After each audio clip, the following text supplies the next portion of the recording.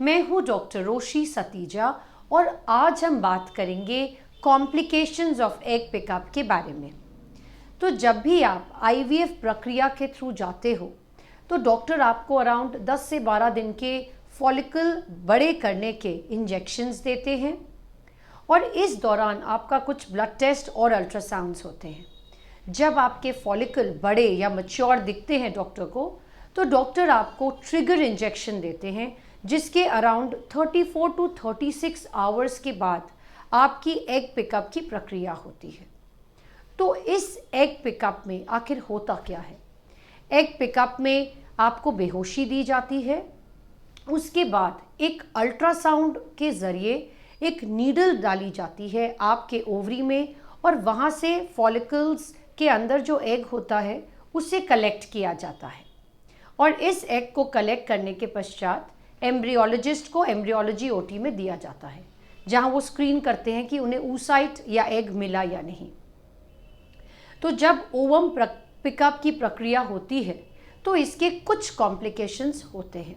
Normally यह बहुत safe method है क्योंकि यह अंडर अल्ट्रासाउंड गाइडेंस होता है, बट जो इसके कुछ कॉम्प्लिकेशंस हैं वो है ब्लीडिंग। ब्लीडिंग भी थोड़ी बहुत हो सकती है जो नॉर्मल होती है, क्योंकि जब हम नीडल वजाइना के थ्रू ओवरी में डालते हैं तो वहाँ कुछ ब्लड वेसल्स होती है छोटी, जिसकी वजह से थोड़ी बहुत ब्लीडिंग हो सकती है।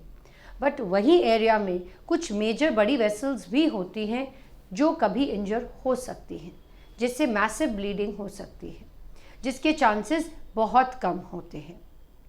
दूसरा कॉम्प्लिकेशन होता है इन्फेक्शन।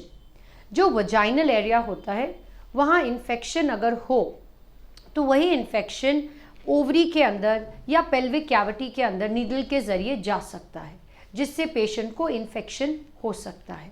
इसीलिए पेशेंट को एंटीबायोटिक कवरेज दी जाती है। उसके अलावा कुछ और कॉम्प्लिकेशंस होते हैं, जैसे कि ओवरी के अराउंड इंटेस्टीन्स होती हैं, ट्यूब है, यूट्रस है, ब्लैडर होता है। तो जब हम नीडल डालते हैं कभी कभी इंटेस्टीन में कुछ इंजरी हो सकती है या फिर ब्लैडर में भी इंजरी हो सकती है, बट इन सब के चांसेस बहुत कम होते हैं। दूसरे कॉम्प्लिकेशन जो एग पिकअप के होते हैं वो हो सकता है एनेस्थीसिया कॉम्प्लिकेशन।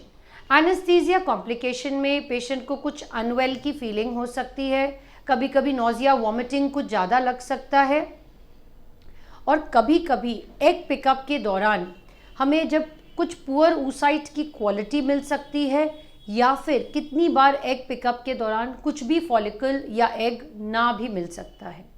तो यह कुछ कॉम्प्लिकेशंस होते हैं जो ओवम पिकअप की प्रक्रिया के दौरान पेशेंट को फेस करने पड़ सकते हैं, जिसके चांसेस बहुत कम होते हैं।